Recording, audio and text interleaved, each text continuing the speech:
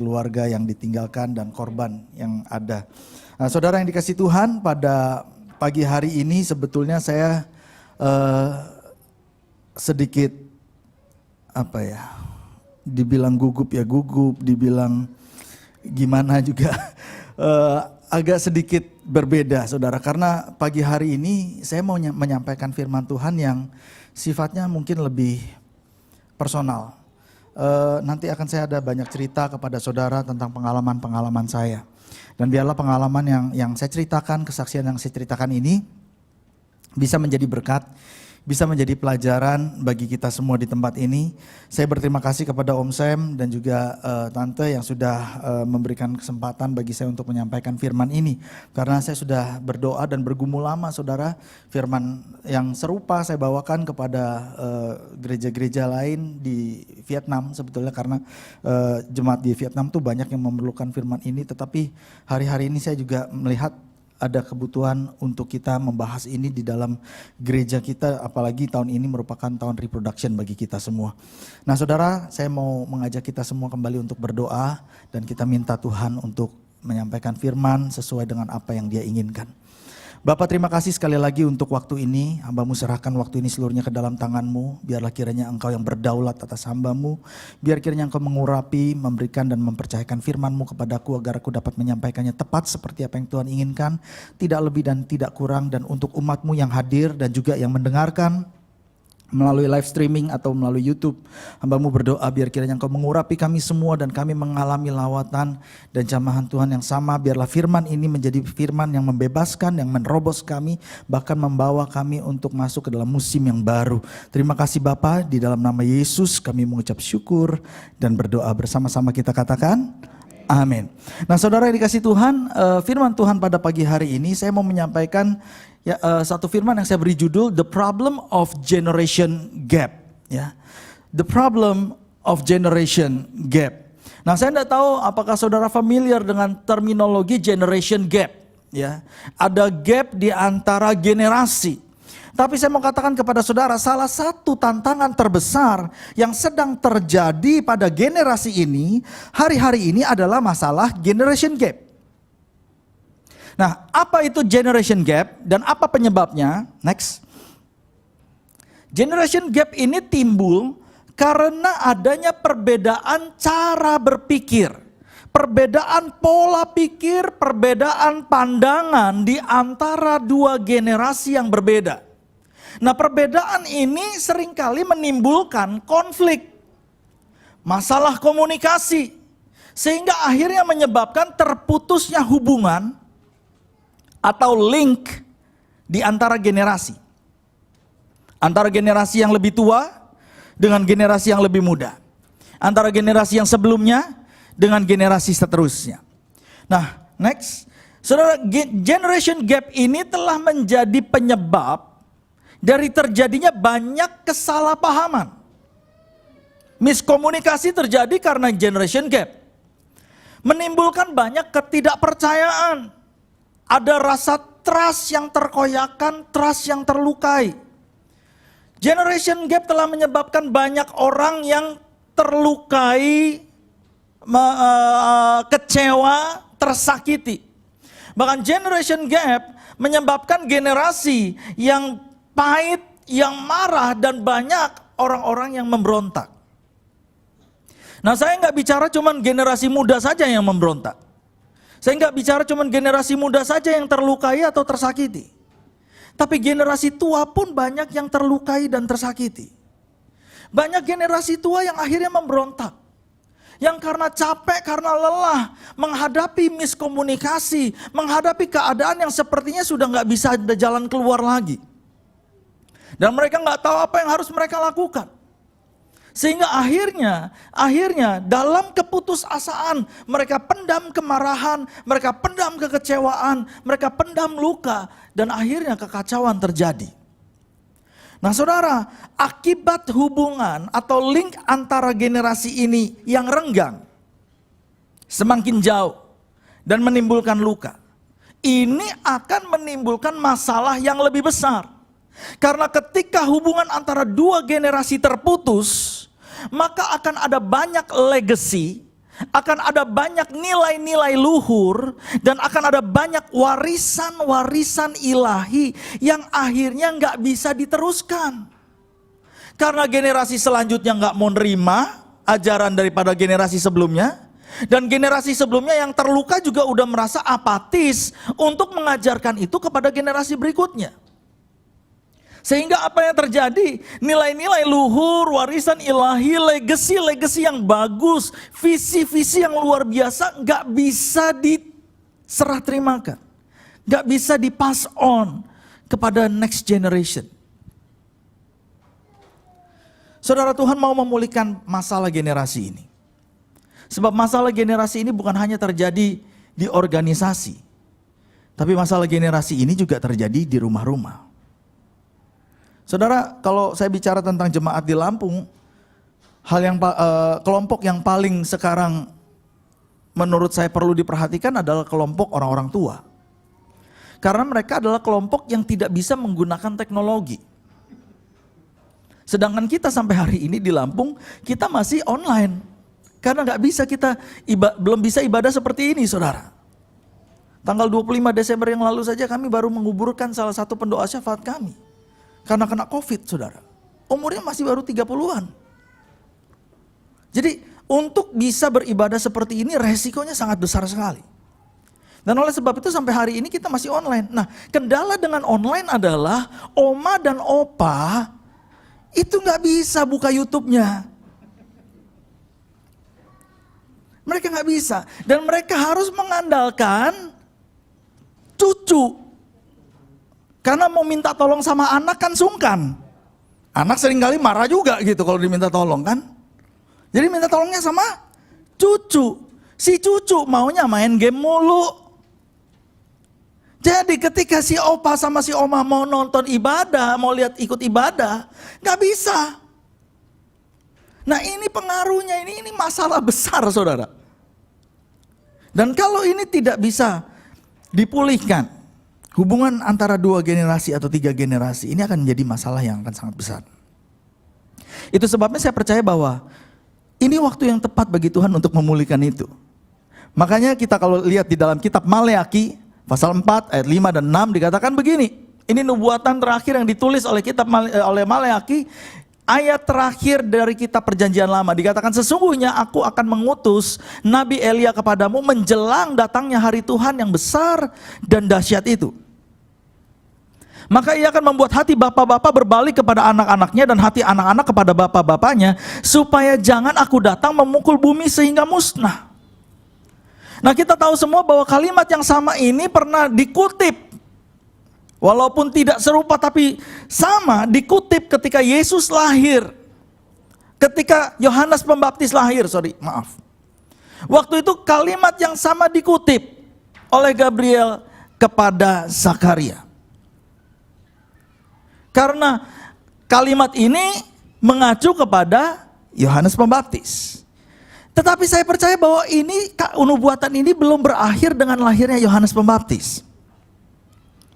Karena kalimat tentang sesungguhnya aku akan mengutus Nabi Elia kepadamu menjelang datangnya hari Tuhan yang besar dan dahsyat itu, saya percaya kalimat hari Tuhan yang besar dan dahsyat itu bukan hanya mengacu kepada kelahiran Yohanes Pembaptis dan kedatangan Yesus yang pertama.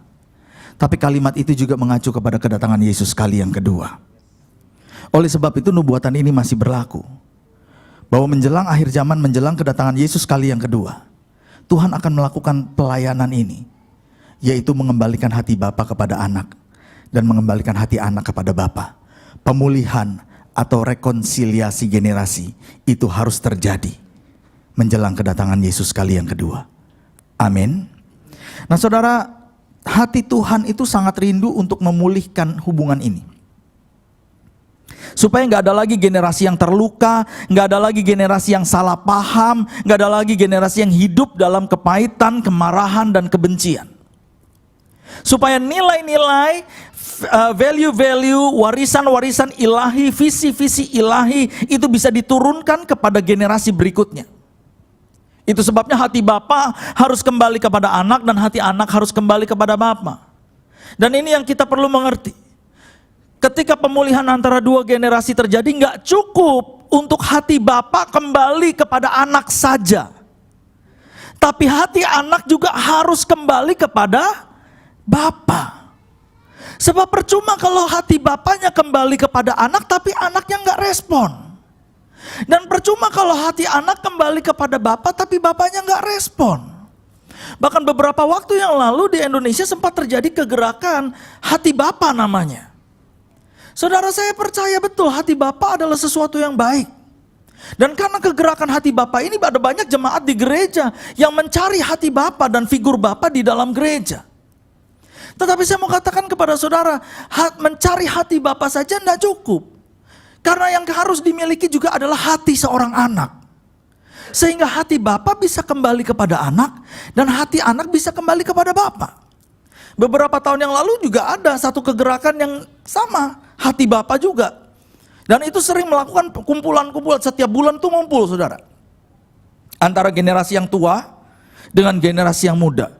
Pendeta-pendeta senior dengan hamba-hamba Tuhan yang muda-muda seperti seumur saya. Datang saudara. Saya sempat datang ke salah satu pertemuannya. Lalu mereka melakukan rekonsiliasi antara pendeta yang muda dengan pendeta yang tua. Tapi permasalahannya cuma satu. Rekonsiliasinya dilakukan antara pendeta muda dengan pendeta tua yang bukan pemimpinnya. Jadi itu bukan bapaknya, itu bapak orang lain saudara. Jadi kalaupun si anak itu pernah tersakiti atau terlukai, dia minta ampun lalu nangis-nangis, tapi nangis-nangis kepada bapak yang orang lain gitu. Lalu bapaknya juga minta maaf, karena selama ini mungkin tidak memperhatikan, tapi minta maafnya kepada anak orang lain gitu. Nah ini tidak bisa. Hati bapak harus kembali kepada anaknya. Dan hati anak-anak harus kembali kepada bapaknya. Itu sebabnya saya percaya yang dibutuhkan bukan hanya fathering, tapi yang dibutuhkan juga adalah sonship. Nah ini yang saya mau bicara. Pada hari ini mungkin saya mau bicara tentang sonship ini. Untuk melihat dari kacamata seorang anak. Nah saudara, next. Tuhan Yesus mengajar kita di dalam kitab Matius 6 ayatnya yang ke-9. Tentang doa Bapa kami. Dan itu doa sampai hari ini diucapkan oleh banyak orang. Bahkan kami sebagai keluarga kita setiap malam kalau kita doa malam bersama-sama, kita di akhir daripada doa kita mengucapkan doa Bapa kami. Untuk pertama kalinya Tuhan Yesus mengajar murid-muridnya untuk memanggil Allah sebagai Bapa. Sebagai figur yang bukan sesuatu yang jauh, bukan sesuatu yang gak dikenal, tetapi sesuatu yang dekat. Bapa. Nah, kitab Matius itu ditulis dalam bahasa aslinya adalah dengan bahasa Yunani. Oleh Matius tentunya. Nah dalam bahasa Yunani kata Bapa itu adalah pater saudara. Nah kata pater itu adalah kata asli atau root word. Akar kata dari kata pattern. Jadi pattern itu aslinya adalah pater, Bapa. Nah kita tahu bahwa pattern artinya pola. Next. Apa itu pola? Apa itu pattern? Kalau kita mau bikin baju, saudara, atau mau bikin jas, atau mau bikin ini clothing ya, itu harus ada patternnya. Makanya kalau saudara, nggak tahu kalau di sini, karena di sini mungkin belinya jadi gitu, jarang ke tailor ya. Kalau di Indonesia kan ada banyak tukang jahit gitu saudara. Kalau kita mau bikin baju, ingat nggak dulu waktu di Indonesia kan mesti diukur dulu ya, pundaknya berapa, tangannya gitu ya. Saya paling hemat saudara. Kalau beli kain untuk bikin baju sama bikin jas paling hemat, karena ukurannya kecil saudara. Dan kalau orang mau bikin baju, dia harus gambar sesuai dengan ukuran. Dibikin polanya dulu. Dari pola itu baru digunting kainnya. Baru kemudian dijahit. Nah saudara, kata Bapa itu adalah pola. Sama seperti pola bikin baju. Ini pola untuk bikin baju orang kemeja pria. Kalau orang bikin baju tanpa pola, dia asal gunting aja, lalu asal jahit aja, jadinya kira-kira gimana saudara? Jadi kira-kira gimana saudara? Kacau pasti. Bagaimana saudara dan saya, bagaimana kita bisa hidup di luar dari pola ilahi? Kalau kita tidak memiliki gambar Bapa, tidak memiliki gambar Bapa ilahi dalam hidup kita, nggak ada pola ilahi dalam hidup kita, maka kita hidup di luar daripada pola itu. Kita akan hidup sembarangan. Guntingan kita akan ngaco, cara jalan kita akan ngaco, ngomong kita ngaco, pandangan kita ngaco, pikiran kita ngaco, karena kita hidup di luar daripada pola ilahi itu. Ini sebabnya kenapa kita harus kembali kepada pola awal, kembali kepada pattern aslinya. Orang yang tidak memiliki figur Bapa, dia akan hidup di luar pola, dan dia akan bertumbuh menjadi orang yang mudah kecewa, mudah terluka, mudah marah, mudah berontak karena keluar jalur. Dia hidup sebagai orang yang kehilangan pola, kehilangan gambar, kehilangan contoh. Saudara, saya lahir di keluarga yang diberkati oleh Tuhan. Kita berkecukupan. Dan keluarga kami cukup dikenal di Lampung. Tapi saya nggak pernah bahagia. Sampai hari ini saya ingat ketika saya berumur 7 tahun. Dan saat itu pola Bapak itu rusak sama sekali. Saudara, saya hidup di keluarga yang berkecukupan, tetapi nggak pernah bahagia karena papa dan mama saya selalu berantem terus. Kalau ngelihat mama dijambak, dibenturin ke tembok itu udah biasa, saudara. Maki-maki, marah-marah udah biasa. Tapi di umur 7 tahun, saya ingat satu hari itu mama saya bilang begini sama saya, "Bud, malam ini kamu tidur sama mami, sama dedek." Waktu itu adik saya baru ada saya dan adik saya. Sekarang saya ada 3 saudara, tapi yang kecil waktu itu belum lahir. "Malam ini kalian tidur sama mami. Karena papa kamu tadi pagi udah bilang, malam ini dia akan balik, dia akan bunuh mami." Anak umur 7 tahun, saudara. Dan setiap kali papa mama saya berantem sebelum itu, keluarga selalu ngomong, "Budi, kamu kan anak yang paling besar. Kamu cucu paling besar loh di keluarga ini. Kamu harus bisa lindungin mama. Papa pasti takut untuk ngelindungin, kalau kamu berdiri lindungin mama." Setiap kali. Jadi singkat cerita, malam itu saya tidur sama mami saya. Jam 2 malam papa saya datang. Dia gak langsung masuk kamar. Dia ke dapur. Dia ambil pisau. Lalu kemudian dia masuk ke kamar kami. Ke kamar mami saya. Dia teriak-teriak. Lalu kemudian dengan pisau itu dia lambai-lambaikan. "Oh, saya mau saudara ngerti, papa saya bukan seorang pemabuk." Nah. Sampai hari ini pun dia bukan seorang pemabuk. Papa saya bukan seorang penjudi. Bukan. Tapi memang karakternya buruk. Dia lambaikan pisau itu, saudara. Dia maki-maki. Mami saya teriak-teriak histeris. Saya umur 7 tahun, saya berdiri di tengah-tengah, di depan ada papa saya, di belakang ada mama saya nangis-nangis. Hari itu saya melihat sesuatu yang saya gak suka. Hari itu saya melihat sesuatu yang mengejutkan hati saya. Bahwa papa yang seharusnya menjadi pahlawan bagi seorang anak, hari itu tiba-tiba menjadi satu momok yang besar. Yang real. Yang sudah melewati batas. Saya gak suka ngelihat mama saya. Seorang wanita yang selama ini kalau saya takut, saya cari perlindungan sama mami saya peluk dia. Kalau sakit dia yang ngurus, saudara. Karena dulu waktu kecil saya sakit-sakitan. Saya step itu berkali-kali, saudara. Sampai saya gak tahu saudara ngerti apa enggak step ya. Kalau udah temperatur badannya tinggi ya, terus kemudian kejang biasanya ya. Itu saya sering banget, makanya mulut saya sampai disumpel pakai centong nasi kalau zaman orang zaman dulu, supaya gigi saya nggak ngegigit ke lidah. Gigi saya sampai hancur, saudara, karena antibiotik. Dan hari itu saya lihat, malam itu saya lihat mami yang selama ini saya andalkan, dia nggak bisa berbuat apa-apa, dan kemudian suara itu terngiang-ngiang lagi, "Budi, kamu harus bela." Dan saya berdiri di antara mereka, saya nggak suka ngeliat itu. Hari itu nggak terjadi apa-apa, saudara.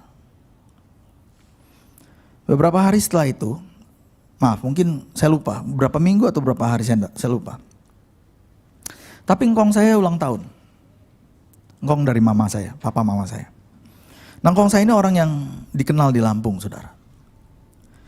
Waktu dia ulang tahun, biasanya kalau dia ulang tahun, orang tuh datang ngucapin selamat ulang tahun, ngirim kado.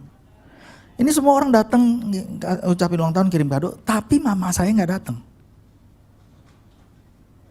Jadi dia tanya sama asisten kepala rumah tangganya. Dia tanya, mana anak saya, Aleng disebutnya, mana Aleng? Katanya sakit, dia nggak bisa datang. Coba kamu lihat ke rumah, benar nggak sakit? Pak rumah tangganya ini pergi ke rumah kami, lalu ngelihat mama saya. Dan dia kaget. Ternyata bukan karena sakit, tapi karena seluruh badannya sudah memar, biru-biru. Hari itu engkong saya marah sekali.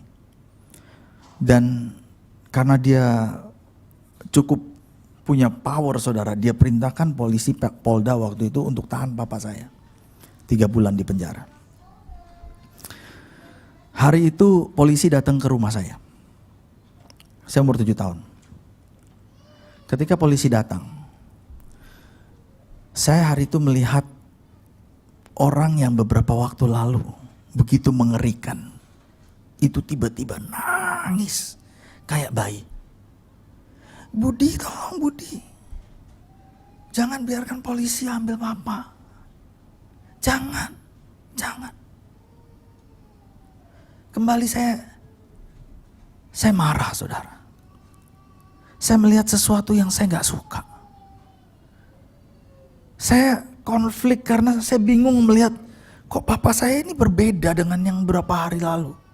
Dan saya mau bantu, biar gimana pun dia adalah papa saya. Saya mau bantu tapi saya gak bisa karena saya masih kecil. Dan semenjak hari itu, saudara, saya punya kemarahan besar dalam hati saya. Saya marah sama orang tua saya marah sama papa saya marah sama Tuhan. Kenapa saya dilahirkan di keluarga seperti ini? Figur bapak rusak sama sekali. Dan saudara, umur 13 tahun saya udah kabur dari rumah 2 kali. Dan saya bilang saya gak peduli. Saya mau tinggal di jalanan, saya mau hidup sebagai tukang jual koran, saya mau hidup sebagai tukang jual rokok, saya gak peduli. Yang penting saya gak ada lagi di rumah ini.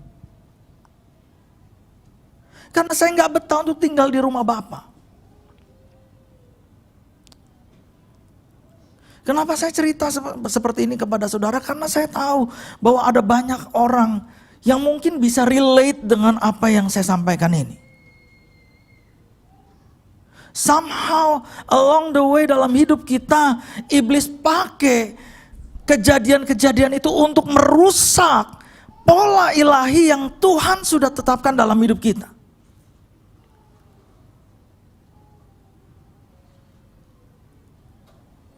Saudara, saya jadi orang yang kehilangan identitas. Itu sebabnya kenapa saya sekolah di Australia, ada di Australia, saudara. Jadi jangan saudara pikir saya ada di Australia karena saya pinter ya, terus kemudian keluarga baik-baik kirim ke Australia. Bukan. Saya ke Australia karena saya ngabur dari rumah 2 kali. Orang tua merasa malu karena anaknya kabur dari rumah 2 kali. Karena orang tua saya dikenal di Lampung dan di Jakarta. Jadi mereka bilang begini, daripada malu mendingan kirim aja jauh-jauh ke Australia. Dan pikiran saya waktu itu, jangankan ke Australia gue dibuang, di jalanan aja gue udah siap untuk tinggal jadi penjual rokok. Makanya saya ada di Australia. Tapi justru di Australia saya ngalamin lawatan Tuhan. Saya dijamah Tuhan dan saya dipulihkan. Dan saya mau katakan ini, apapun yang pernah terjadi dalam kehidupan kita, Tuhan bisa pakai itu untuk membawa kita bertemu dengan Dia dan mengalami Dia. Amin. Berikan tepuk tangan dong bagi Tuhan Yesus. Nah saudara, saya pada waktu itu seperti orang kehilangan identitas. Saudara ingat cerita tentang anak yang hilang, prodigal son? Oh, dia tinggal di rumah bapaknya punya segala-galanya, bapaknya bukan bapak yang bermasalah. Tapi anak itu nggak tahu kenapa nggak betah tinggal di rumah bapaknya. Maunya keluar kan? Salah bapaknya atau salah anaknya, saudara? Maunya keluar. Karena dia kehilangan identitasnya. Bahkan ketika dia sampai mengalami kondisi yang terpuruk sekalipun, Alkitab katakan dia sampai pengen makan ampas babi. Kotoran. Sampai begitu kehilangan identitasnya, sampai kotoran aja mau dimakan. Lebih rendah daripada budak yang pada waktu itu ada. Maaf saudara, saya nggak ngomong di sini, saya ngomong di luar sana, terutama di Indonesia. Saya lihat, nggak tahu saya kalau di luar negeri. Tapi ada banyak orang yang gambar bapaknya terluka, hidup dalam kekecewaan dan kepahitan sedemikian rupa, sampai setiap hari yang dimakan, yang diomongin, yang didengerin hanya sampah semua. Kehilangan identitas, yang diposting di sosmed tentang sampah, yang diomongin tentang sampah. Makanya ada akun-akun satir di Indonesia. Tadi pagi lagi heboh, dari kemarin sore sebetulnya, di grup Sinode. Heboh kenapa? Karena ada link yang ditulis di sebuah blog. Katanya Pastor Gilbert pernah minta tolong sama FPI Habib Rizik untuk melindungi gerejanya. Dan di dalam artikel itu ditulis wah ngaco, macam-macam yang nggak benar. Pak Gilbert tadi pagi udah respon. Semalam sebetulnya udah respon. Sekarang tuh orang nulis hoax, orang nulis berita yang sembarangan saudara. Dan itu lahir dari hati yang gak benar. Itu sebabnya kenapa saya mau sampaikan ini kepada saudara hari ini. Kalau tahun 2021 adalah tahun reproduksi bagi saudara di tempat ini. Tahun regenerasi. Saya gak cuma bicara tentang gereja loh saudara. Tapi juga tentang kehidupan kita secara pribadi. Kita perlu pulihkan hubungan generasi gap ini.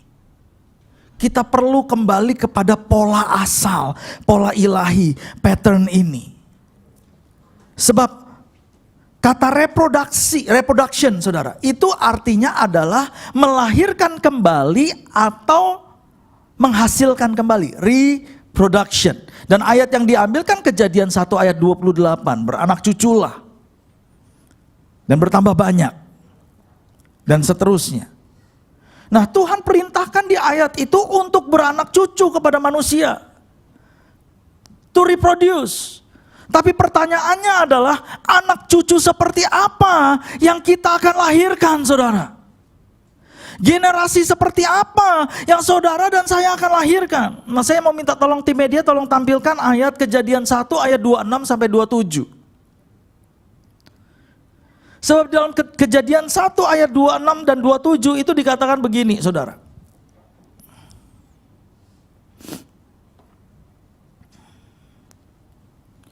Berfirmanlah Allah, baiklah kita menjadikan manusia menurut gambar dan rupa kita, supaya mereka berkuasa atas ikan-ikan di laut, burung-burung di udara, dan atas ternak, dan atas seluruh bumi, dan atas segala binatang melata yang merayap di bumi. Maka Allah menciptakan manusia itu menurut gambarnya, menurut gambar Allah diciptakannya dia, laki-laki dan perempuan diciptakannya mereka. Jadi Tuhan menciptakan manusia itu dengan rupa dan gambar yang sama dengan dia. Jadi dengan kata lain dia mereproduce dirinya dalam bentuk manusia. Laki-laki dan perempuan diciptakannya mereka serupa dan segambar. Cetakannya sama, nggak ada yang beda. Kalau dalam bahasa pabrikan mah dibilang bahwa malnya sama, moldnya kalau dalam bahasa Inggris. Cetakannya, ukurannya sama, nggak ada beda sedikit pun. Segambar dan serupa dengan dia. Tapi kalau kita nggak punya pola atau pattern ilahi yang benar. Cetakannya bisa salah. Kalau kita nggak punya gambar Bapa yang benar, nggak punya nilai-nilai ilahi yang benar, cetakan kita bisa salah. Dan kalau cetakan kita salah, ukurannya akan beda, nilainya akan beda, value-nya akan beda, belief system-nya akan beda. Dan kalau sampai kita turunkan dan kita melahirkan generasi dengan nilai-nilai yang berbeda, dengan values dan belief system yang berbeda, itu bahaya. Karena kita telah melahirkan generasi yang tidak serupa dan tidak segambar dengan Allah. Yang mengerti katakan yes. Tolong next.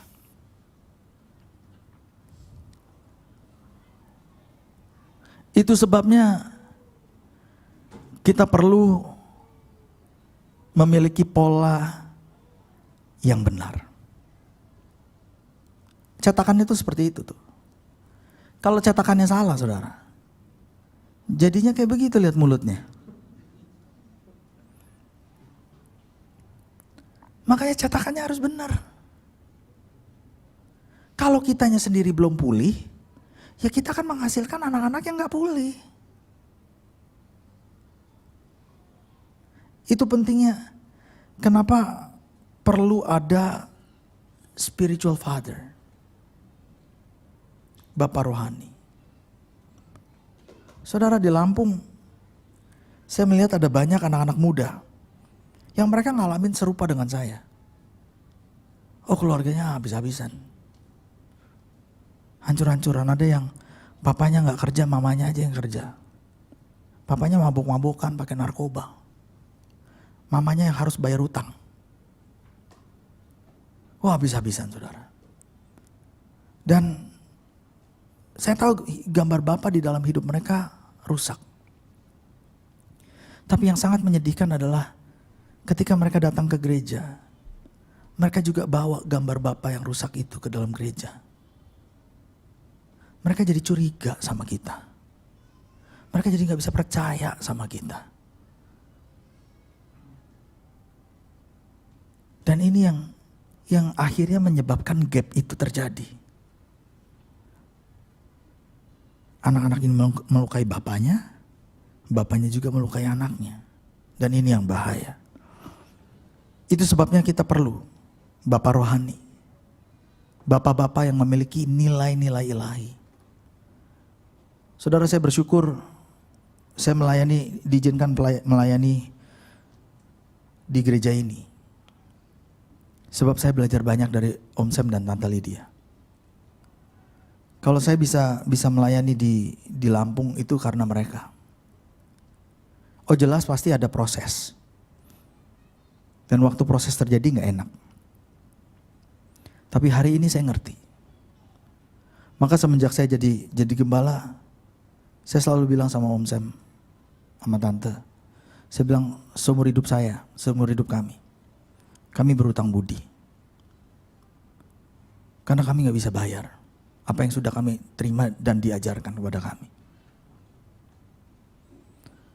Ada orang-orang yang mungkin berkata, tapi Pak, sampai saat ini saya belum bisa menemukan figur Bapak. Gak ada tuh figur Bapak yang tepat, yang bisa saya jadikan pola yang benar dalam hidup saya. Yang bisa dijadikan contoh, bisa dijadikan teladan. Saya belum ketemu. Makanya sampai hari ini saya merasa seperti anak yatim. Ada banyak kok yang ngomong kayak begitu, di Lampung pun banyak. Tapi saya berdoa. Kadang-kadang saya bertanya, apa saya yang kurang hati Bapak? Atau masalahnya ada di mana nih? Tapi saya melihat ada dua hal yang menyebabkan orang tuh jadi susah melihat figur Bapak. Next. Yang pertama adalah karena orang itu tidak memiliki gambar Bapa yang benar di dalam hidupnya. Karena mungkin dia pernah terluka, pernah dikecewai, pernah disakiti, pernah dihianati mungkin. Sehingga akhirnya kemanapun dia pergi, dia akhirnya nggak bisa menemukan figur Bapa yang tepat. Atau yang kedua karena menolak untuk dibapai. Dan saya nggak mau. Saya nggak mau. Seperti anak yang hilang itu. Bapaknya nggak bermasalah kok. Rumahnya nggak bermasalah kok. Tapi dia sendiri yang memutuskan dia nggak mau ada di situ. Dia mau keluar dari rumah itu. Dia nggak mau dibapai. Nah saudara, saya mau tunjukkan sesuatu kepada saudara. Saudara percaya bahwa Tuhan Yesus adalah gambar dari Bapa, bahwa dia adalah Bapa yang sempurna? Ya, pasti. Kan gak mungkin Tuhan Yesus gak sempurna dan gak mungkin Tuhan Yesus gak ada gambar Bapa di dalam hidupnya. Dia memiliki hati Bapa, bahkan dia berani berkata bahwa dia dan Bapa adalah satu. Tapi saya mau menunjukkan kepada saudara sesuatu. Yohanes 14 ayat ke-7 sampai dengan ayat yang ke-9. Kita akan baca ini. Yohanes 14 ayat ke-6, maaf. Ke-6 sampai dengan ayat ke-9. Di sana dikatakan begini, kata Yesus kepadanya, akulah jalan dan kebenaran dan hidup. Tidak ada seorang pun yang datang kepada Bapa kalau tidak melalui aku. Sekiranya kamu mengenal aku, pasti kamu juga mengenal Bapakku. Sekarang ini kamu mengenal dia dan kamu telah melihat dia. Kata Filipus kepadanya, Tuhan, tunjukkanlah Bapa itu kepada kami. Itu sudah cukup bagi kami. Kata Yesus kepadanya, telah sekian lama aku bersama-sama kamu Filipus, namun engkau tidak mengenal aku. Barang siapa telah melihat aku, ia telah melihat Bapa. Bagaimana engkau dapat berkata, tunjukkanlah Bapa itu kepada kami? Tidak percayakah engkau bahwa aku di dalam Bapa dan Bapa di dalam aku? Apa yang aku katakan kepadamu tidak aku katakan dari diriku sendiri. Tetapi Bapa yang diam di dalam aku, dialah yang melakukan pekerjaannya. Ayat 11. Percayalah kepadaku bahwa aku di dalam Bapa dan Bapa di dalam aku. Atau setidak-tidaknya percayalah karena pekerjaan-pekerjaan itu sendiri. Saudara, ini Tuhan Yesus, Bapa yang sempurna, pemimpin yang sempurna, tidak bercela. Dan kita yakin bahwa di dalam Yesus ada hati Bapa. Dan dia berkata bahwa aku dan Bapa adalah satu.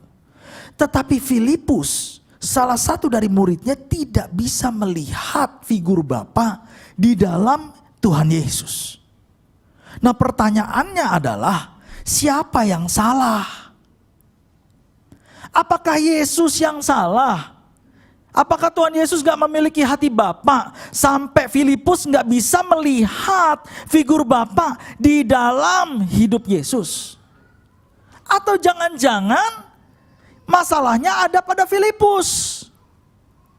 Karena something happened terhadap Filipus sehingga akhirnya dia tidak bisa melihat figur Bapa di dalam hidup Yesus.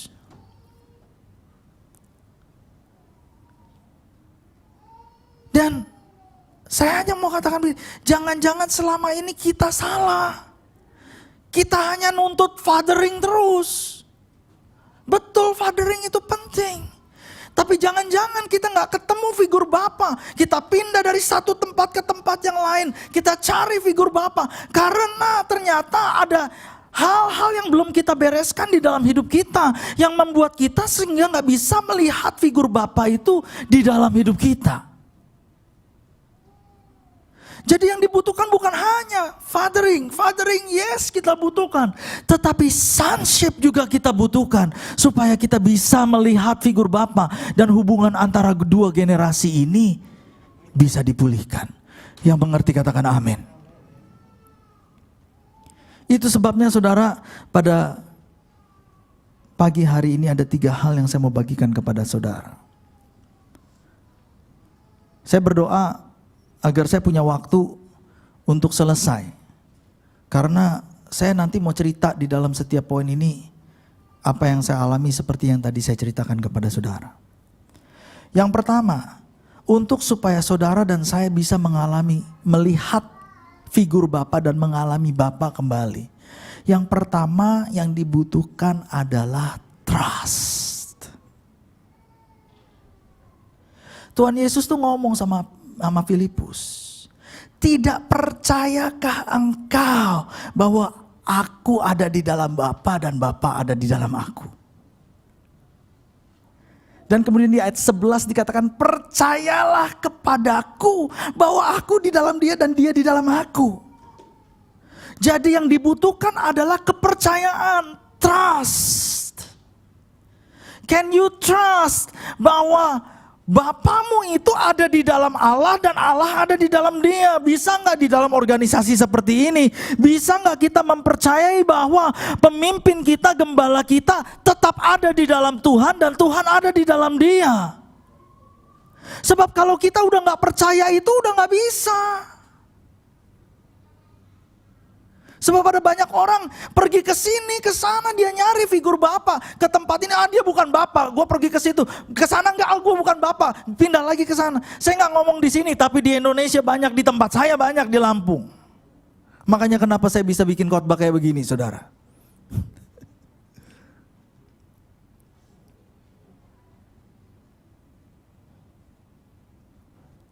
No. Karena masalah trust. Udah gak percaya lagi. Tapi saya mau katakan begini, saudara dan saya perlu pola ilahi itu. Engkau perlu Bapa ilahi itu, Bapa rohani itu. Itu sebabnya kita harus kembali belajar untuk trust. Saudara, di tahun 1880-an, next. Mungkin saudara ada pernah dengar cerita atau ilustrasi tentang orang ini, namanya Charles Blondin. Ya, Charles Blondin. Dulu ilustrasinya sering banget dipakai, saudara. Ya, dia adalah seorang akrobatik. Dari umur kecil dia sangat tertarik dengan akrobat. Ya, dari sejak kecil dia udah, begitu dia ngelihat sirkus, dia tertarik untuk jalan di atas tali. Jadi dia kalau latihan tuh dia pakai 2 kursi, dia ikat dengan tali, dia coba untuk jalan gitu. Kursinya dikasih pemberat gitu. Dia terkenal banget karena dia mati pada umur 73 tahun karena komplikasi. Sampai umur 73 tahun dia sudah menyeberangi dan melewati Niagara River yang ada di Kanada itu 300 kali. Bolak-balik. Di atas tali kayak begini. Dan dia seringkali melakukan stunt yang aneh-aneh. Gitu ya. Dia pernah bawa kursi lah gitu, sambil nyebrang dia bawa kursi gitu ya. Terus dia pernah di tengah jalan, dia nggak bawa stick itu, di tengah jalan dia jalan, terus kemudian dia berhenti, ada kebetulan kapal lewat di situ, dia turunin tali yang dia bawa di ranselnya, dia turunin, lalu minta diikat ke sempen, botol sempen, terus kemudian dia tarik, dia minum sempen di tengah-tengah tali, saudara. Ini orang nyentrik. Dia pernah bawa troli, dari satu sisi ke sisi yang lain dia bawa troli. Nyentrik. Umur 65 tahun. Umur 65. Dia lagi nyebrang lalu dia tantang orang. Ini udah beberapa kali loh. Beberapa orang tuh udah terkenal, namanya udah terkenal. Orang udah ngelihat dia bolak-balik, udah bawa barang-barang yang aneh-aneh. Umur 65 tahun dia bilang gini, oke, saya mau cari volunteer. Kali ini saya gak mau bawa barang. Saya mau gendong orang. Siapa yang mau jadi volunteer, saya gendong. Gak ada yang percaya. Gak ada yang mau. Lalu ada satu orang, angkat tangannya. Volunteer untuk digendong. Dan orang itu anaknya.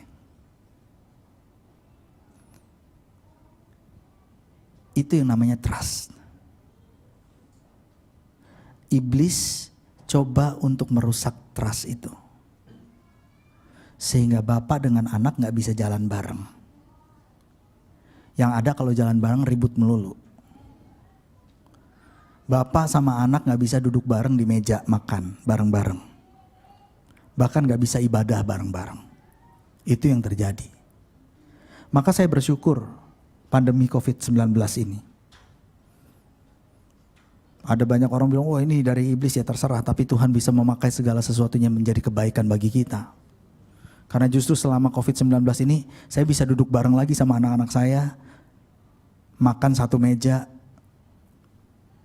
Saya bisa ngobrol lagi. Saya bisa jalan-jalan bareng-bareng lagi. Yang tadinya udah gak bisa. Saudara, saya mau katakan bahwa iblis akan selalu mencoba untuk menghancurkan rasa percaya, trust antara bapak dengan anak. Sampai akhirnya mereka saling membenci, saling mencurigai, saling melukai, dan saling menyakiti satu dengan yang lain. Dan akibatnya apa? Akibatnya akhirnya anak ya hidup dalam kepahitan, bapak juga hidup dalam kepahitan. Anak hidup dalam kemarahan, bapak juga hidup dalam kemarahan. Anak hidup dalam kebencian, bapak juga hidup dalam kebencian. Egonya masing-masing. Dan saudara bisa bayangin gimana anak cucu seperti apa yang akan dilahirkan oleh orang-orang seperti ini. Seperti tadi saya katakan saudara, di Indonesia ada begitu banyak akun-akun satir karena lahir dari orang-orang yang memiliki kebencian, kepahitan, yang pernah dikecewakan dan disakiti. Mereka gak bisa pulih. Dan akhirnya apa yang terjadi? Mereka menyakiti orang lain, ngumpulin orang lain lagi. Dan membuat orang semakin sakit dan semakin pahit. Karena cetakannya udah salah. Makanya melahirkan generasi yang salah terus. Kemana-mana ngomongnya tentang kepahitan, kemana-mana ngomongnya tentang kebencian. Nggak ada kata-kata pengharapan, kata-kata kasih, nggak ada kata-kata pemulihan sama sekali. Tetapi yang ada hanya kata-kata kepahitan dan kebencian. Dan akhirnya melahirkan sekelompok generasi yang penuh dengan kebencian dan kemarahan. Saya yakin yang dimaksud reproduksi oleh Tuhan bukan ini. Bukan melahirkan generasi seperti ini. Tetapi bagi saudara dan saya untuk melahirkan generasi yang serupa dan segambar dengan Allah. Makanya sebelum kita bisa melahirkan generasi ini, cetakannya masih benar dulu. Dan untuk bisa memiliki cetakan itu, sonship kita harus ada. Kalau enggak cetakannya enggak bisa. Kalau cetakannya salah kan susah. Ditegur sedikit baper. Ditegur sedikit tersinggung. Marah. Termuncul-muncul di depan kita sih gak marah. Muncul-munculnya di sosmed saudara. Itu di Lampung banyak yang kayak gitu. Muncul-munculnya di sosmed. Beberapa waktu yang lalu saya lagi ngomong sama salah satu leader, itu loh anakmu, itu kamu perhatiin tuh, kayak begini. Pak saya capek, kalau saya tegur nanti munculnya di sosmed. Pak Budi aja lagi ngomong.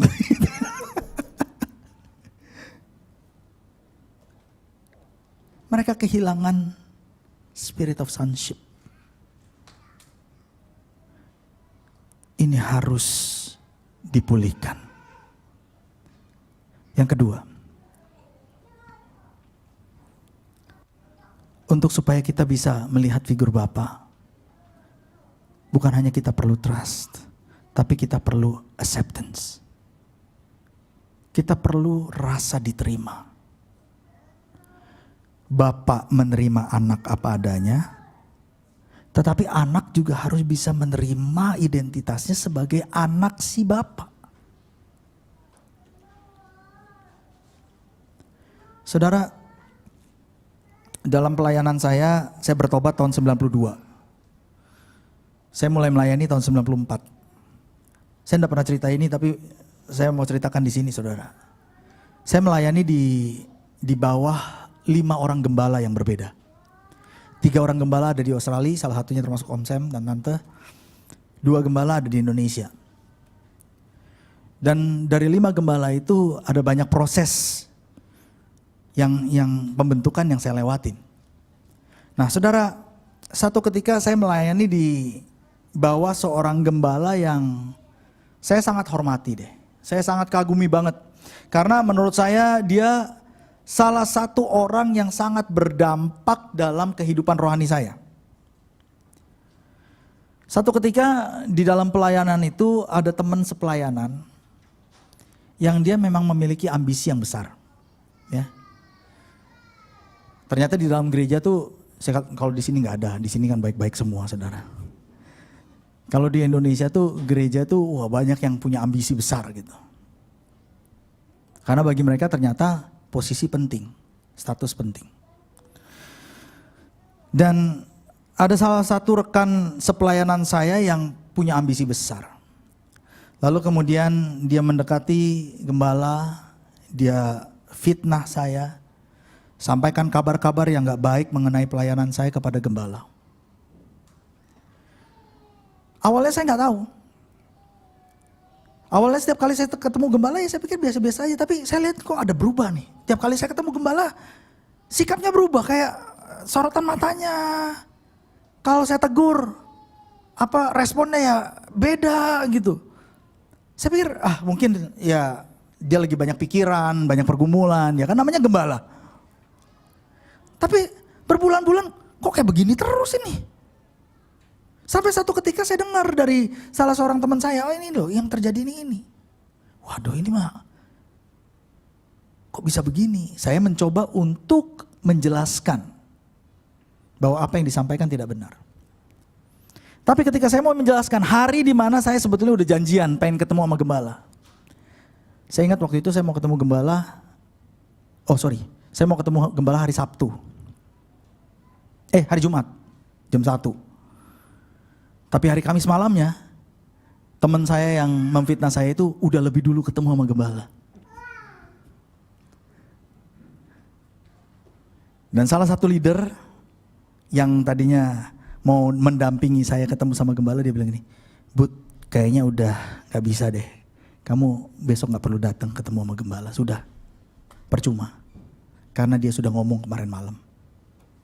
Itu saudara, itu saya. Hari itu saya merasa sakit sekali. Karena saya merasa bahwa orang yang saya hormati, orang yang saya kagumi, orang yang saya rasa bahwa dia punya andil besar dalam pertumbuhan rohani saya. Tapi ternyata kok bisa mengambil satu keputusan, mendengarkan satu berita hanya dari satu sisi, gak mendengarkan cerita dari saya. Saya marah, saya kesel, saya sampai gak bisa ngomong apa-apa. Saya ingat satu kali saya ada di mobil lalu kemudian Tuhan bilang begini, kamu kecewa ya? Dan saya bilang, iya Tuhan saya kecewa.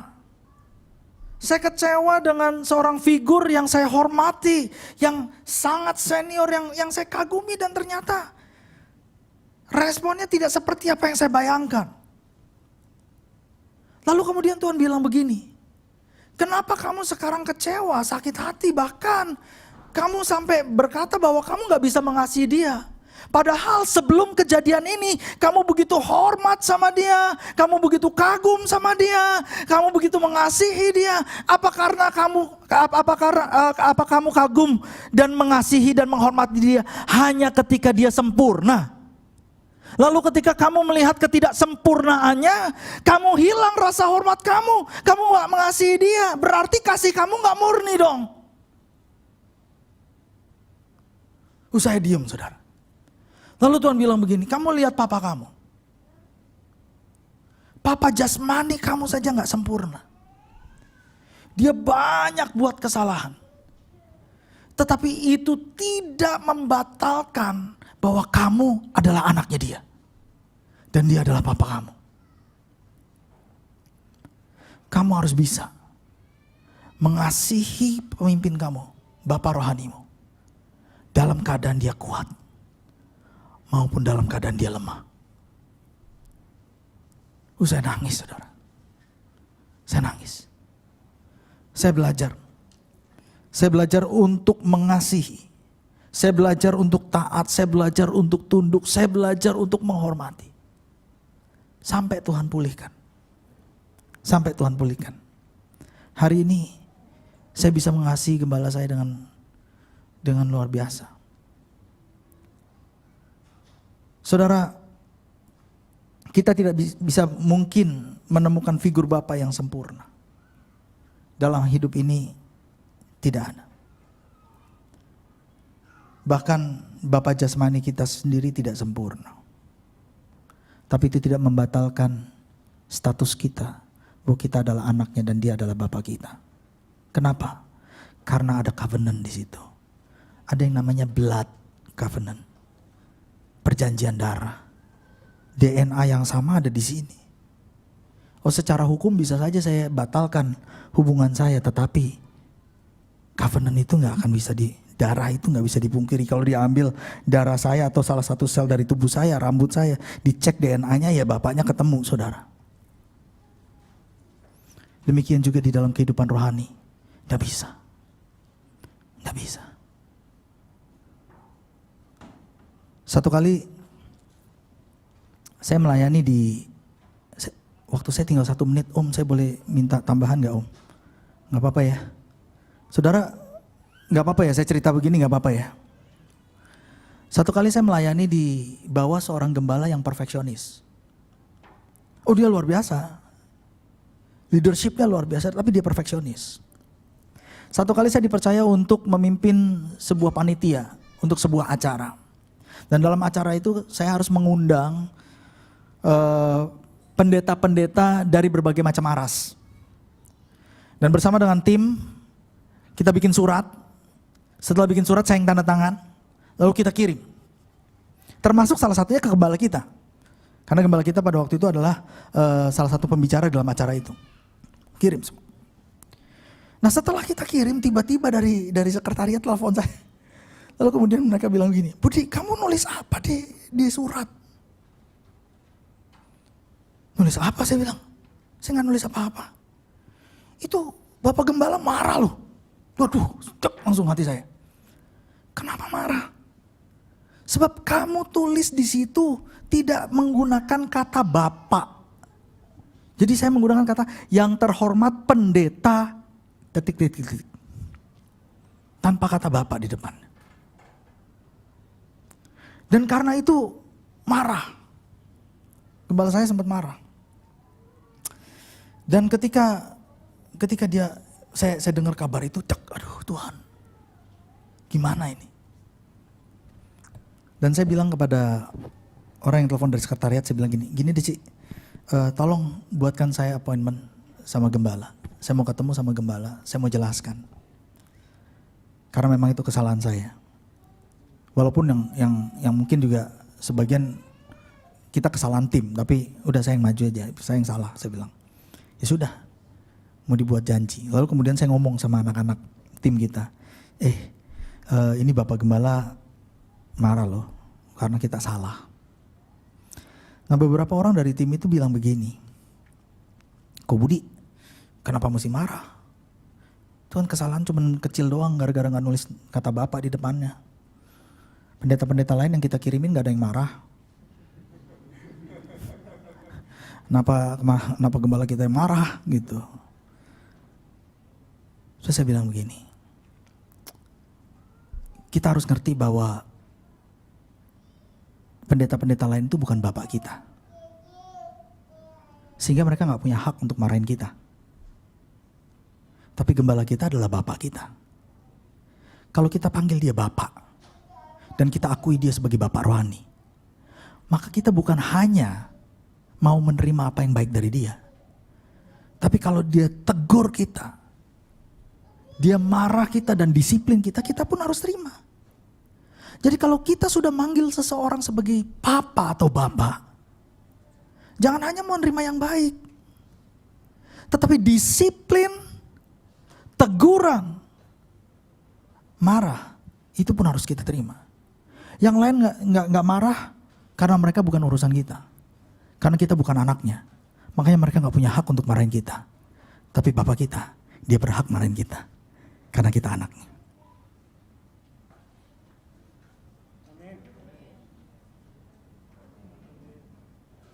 Amin.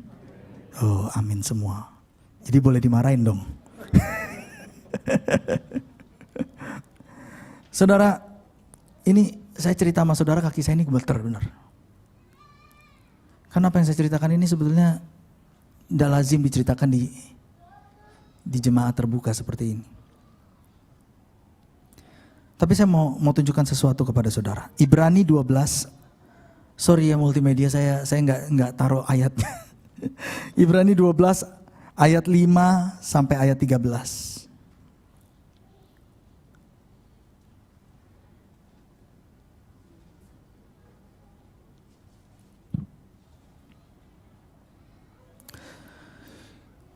Penulis Ibrani pasal 12 ayat 5 sampai dengan ayatnya yang ke-13. Dikatakan begini. Dan sudah lupakah kamu akan nasihat yang berbicara kepada kamu seperti kepada anak-anak?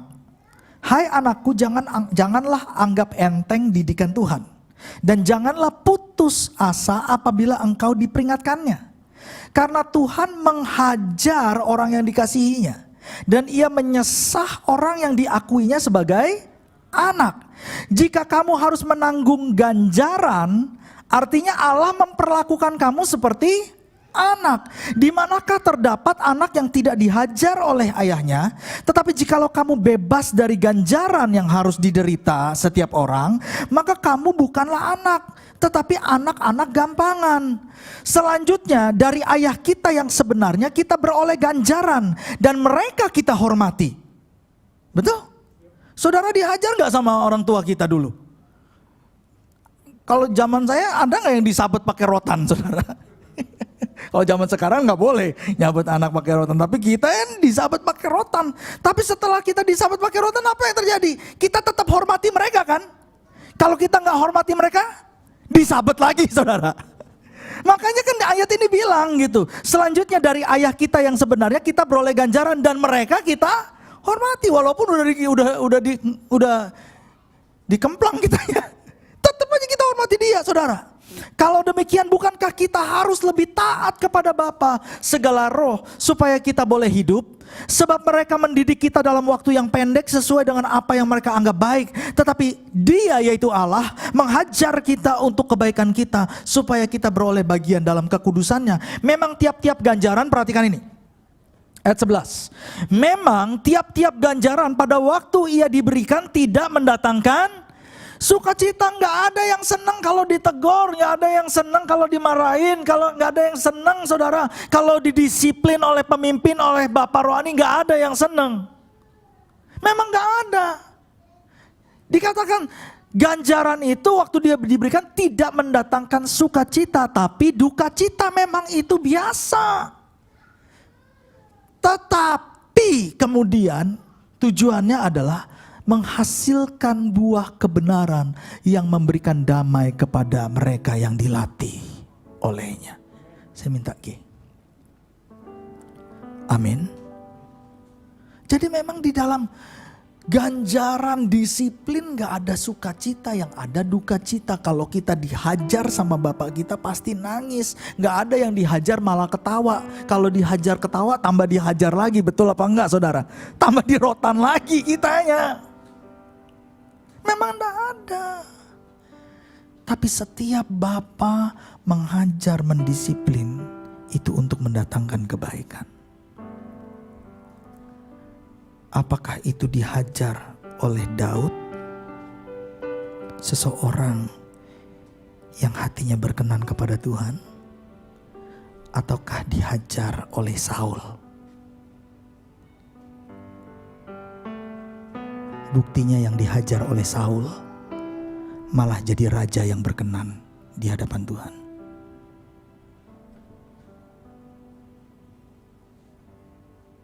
Gak ada amin.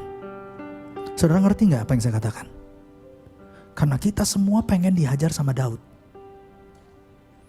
Kita semua pengen dibapain sama Daud. Gak ada yang mau dibapain sama Saul. Karena Saul kalau marah lempar tombak, saudara. Saul kalau marah kayak orang kesetanan. Gak ada yang mau dibapain sama Saul. Semua mau dibapain sama Daud.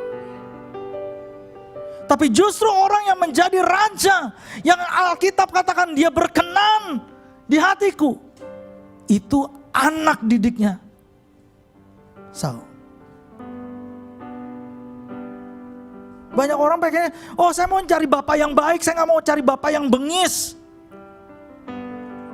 Yang maunya ngerangkul aja, jangan yang maunya mukul, terus disiplin, terus kalau khotbah marahin, terus. Enggak juga. Tuhan izinkan apapun yang terjadi dalam hidup saudara dan saya untuk mendidik kita dan membentuk kita supaya kita menghasilkan buah-buah. Memang ketika didikan dan ganjaran itu diberikan, tangan kita bisa menjadi lemah. Alkitab tadi katakan. Memang ketika didikan dan ganjaran itu diberikan, lutut kita bisa jadi goyah. Memang kalau ganjaran dan didikan itu diberikan, jalan kita jadi gak bisa lurus gitu. Kayak orang sempoyongan, kayak orang kehilangan arah. Karena kita merasa sedih, kita merasa duka cita. Sehingga akhirnya kita jalan juga kayak bingung gitu. Memang ketika ganjaran itu diberikan, kita jalannya sepertinya berat. Seperti orang yang terseok-seok. Tetapi Tuhan izinkan itu terjadi dalam hidup saudara dan saya. Untuk mendidik kita supaya kita menghasilkan buah. Dan buah itu untuk memuliakan nama Tuhan. Supaya cetakannya sama. Makanya kita diukir. Kita dipoles. Kita dipahat. Yang gak penting dibuang. Supaya ukirannya sama. Cetakannya sama. Bukan supaya kita jadi pahit. Saya akan tutup dengan yang ketiga. Karena saya udah kelewatan banyak saudara waktunya. Yang ketiga ini tentang covenant. Untuk supaya saudara dan saya bisa melihat figur Bapa, kita harus memiliki 1 trust, 2 acceptance, 3 covenant. Saudara ingat cerita tentang Naomi dan Ruth? Alkitab katakan Naomi punya suami Elimelech namanya. Dan ketika keadaan di Bethlehem tidak baik, maka mereka pindah, migrasi ke Moab. Bersama dengan anaknya, ada 2 anak cowok. Ketika mereka migrasi ke Moab, entah gimana, lagi membangun kehidupan baru di Moab, tiba-tiba suaminya meninggal. Dan Naomi harus berjuang sebagai single parent untuk membesarkan 2 orang putranya.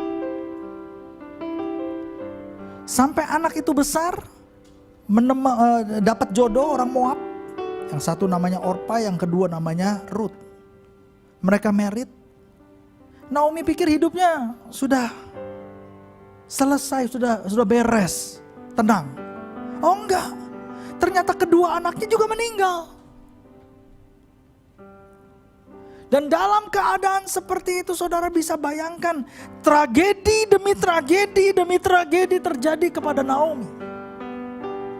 Dan Alkitab katakan begini, satu ketika Naomi mendengar bahwa Tuhan sudah memulihkan keadaan di tanah Kanaan, sudah memulihkan keadaan di tanah perjanjian, di Bethlehem.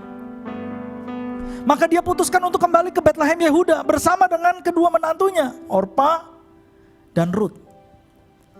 Dan di tengah jalan ketika menuju ke Bethlehem Yehuda, Naomi bilang begini, kalian udah gak usah ikut aku. Aku udah gak punya apa-apa lagi. Aku udah hidup sebatang kara, udah tua umurku. Dan kalau kamu mau nunggu, karena pada waktu itu, kalau seseorang menikah ya dengan seorang laki-laki dan suaminya meninggal, maka dia secara hukum harus menikahi adiknya. Naomi udah gak punya anak lagi. Masa kamu harus nunggu aku punya suami lagi, hamil lagi, nunggu anakku beranak, anaknya tunggu-tunggu gede baru kawinin kamu, kan gak mungkin.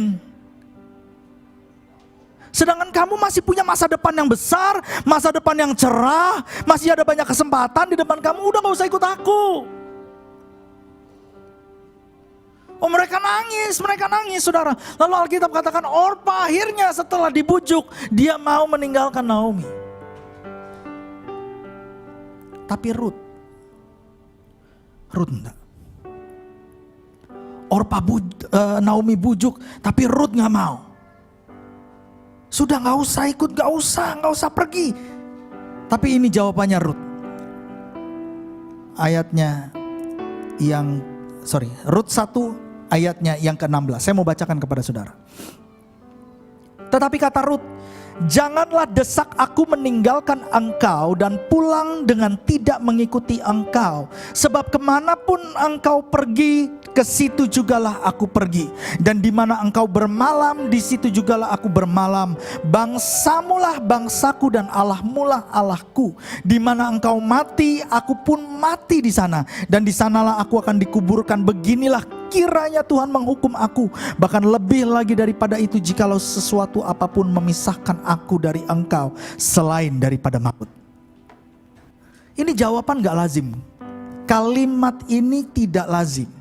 Karena Naomi bilang udah gak usah ngikutin aku, masa depanmu masih besar. Tapi kemudian dia katakan jangan paksa aku. Dimanapun kamu berada, di situ aku berada. Di mana engkau bermalam, di situ aku akan bermalam. Di mana engkau akan dikubur, di situ aku akan dikubur. Bangsamu adalah bangsaku, Allahmu adalah Allahku. Ini bukan kalimat biasa, ini kalimat covenant, saudara. Ruth tuh sedang mengikat covenant dengan Naomi. Mungkin bagi saudara itu sesuatu yang kedengarannya biasa. Enggak. Ruth sedang mengikat perjanjian dengan seorang leader yang gak ada masa depan. Seorang pemimpin, seorang ibu yang gak ada masa depan lagi. Udah gak ada harta, gak ada aset, gak ada keturunan, gak ada keluarga, gak ada koneksi. Gak ada sama sekali, masa depannya gak ada. Tapi Ruth bilang yang lain boleh tinggalin, tapi aku gak akan tinggalin kamu. Zaman sekarang masih ada gitu orang yang mau ngikutin leader yang sedang terpuruk. Leader yang gak ada masa depan. Ada. Saya rasa gak ada ya. Saya rasa gak ada. Tapi Ruth lakukan itu. Dan justru karena Ruth lakukan itu, Tuhan, saya percaya Tuhan lihat itu. Ruth dibawa oleh Tuhan untuk bertemu dengan Boas. Boas yang akhirnya menebus hutang-hutang mereka. Dan Boas yang akhirnya menikahi Ruth. Ruth dari orang yang ngumpulin berkas-berkas sisaan, sampah, nobody. Ngumpulin sampah, berkas-berkas sisaan. Sampai sekarang menjadi pemilik, owner daripada usaha itu. Ruth yang tadinya bukan siapa-siapa, Tuhan angkat sampai dia bisa melahirkan keturunan ilahi. Karena Yesus Kristus, Daud dan Yesus Kristus lahir dari keturunan Ruth. Ruth menemui destininya. Jadi makconya Daud. Tahu makco gak saudara? Makconya Daud. Dari nobody. Tapi karena dia pegang kesepakatan, perjanjian dengan pemimpinnya. Saudara, kenapa saya sampaikan ini sih? Karena saya mau agar di tahun reproduction ini, sungguh-sungguh dari gereja ini melahirkan orang-orang yang cetakannya serupa dan segambar dengan Allah.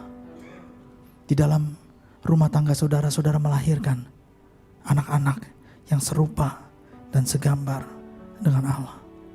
Saudara harus banyak doakan gembala saudara. Om Sam, Tante. Saya enggak bicara ini untuk ngambil hati mereka, enggak saudara. Karena saya juga sudah enggak di dalam organisasi ini. Saya sudah dalam organisasi yang berbeda. Tapi saya bilang sama Om Sam, sampai kapanpun Om tetap papa rohani saya. Dan setelah saya jadi gembala, setelah saya jadi bapak, anak-anak saya sekarang ada 2 di sini, Abigail dan Ashley. Dan saudara yang sudah menjadi bapak dan ibu, saya juga yakin pasti saudara sepakat dengan saya bahwa tidak ada tempat yang paling membawa sukacita besar bagi saudara dan saya kecuali ketika kita kumpul sama anak-anak. Betul? Saudara bisa pergi liburan ke tempat mewah, saudara bisa pergi ke cruise kemana-mana, saudara bisa jalan-jalan berdua dengan istri saudara, tapi kalau nggak ada anak-anak di situ, betul? Karena tempat yang paling menyenangkan bagi seorang bapak dan seorang ibu adalah ketika kita bisa kumpul sama anak-anak. Makanya sering-sering ngumpul sama Om Sam sama Tante. Ajak mereka makan. Saudara, saya ini ngomong begini nih sama pekerja saya. Sering ngumpul sama saya, ajak saya makan. Toh kalau kamu ngajak makan juga yang bayar saya. Jangan khawatir kamu. Oh nanti bayar, kita mesti traktirin Pak Budi. Enggak, nanti saya yang bayar. Tapi saya ini mengundang diri saya loh, membuka diri saya untuk diajak sama kalian. Yuk. Karena tuh saya senang ngumpul sama anak. Saya ngomong di sini mungkin saudara ketawa, tapi waktu saya ngomong ini sama mereka saya sambil nangis, saudara. Sambil nangis.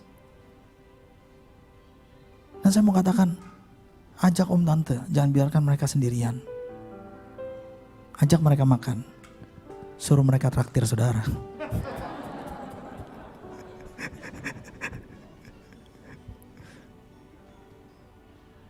Tapi ini saya mau sampaikan kepada saudara biar ini menjadi berkat bagi kita semua. Ada banyak cerita yang sebetulnya saya mau ceritakan, cuman